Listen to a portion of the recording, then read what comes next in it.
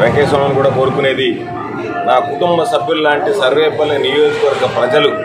సుఖ సంతోషాలతో ఉండాలని, రాబోయేటువంటి రోజుల్లో ఎక్కడ ఎటువంటి సమస్య లేకుండా సర్వేపల్లి నియోజకవర్గ ప్రజానీకానికి కంటికి రెప్పలా భగవాన్ వెంకటేశ్వరం కాపాడాలని చెప్పి ఆ మహనీయుడిని వేడుకుంటూ ఈరోజు ఈ కార్యక్రమంలో పాల్గొన్నటువంటి పెద్దలందరికీ, స్థానిక నాయకులు, భక్తులు,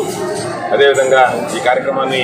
యథావిధిగా ఎప్పుడూ ఏర్పాటు చేస్తున్నటువంటి నా సోదరుడు ప్రదీప్ కుమార్ రెడ్డి గారు, ఇతర మిత్రులు, పెద్దలు, పాలక మండలి సభ్యులు, ప్రత్యేకించి ఈవో గారు, ఆలయ అభివృద్ధికి విశేషంగా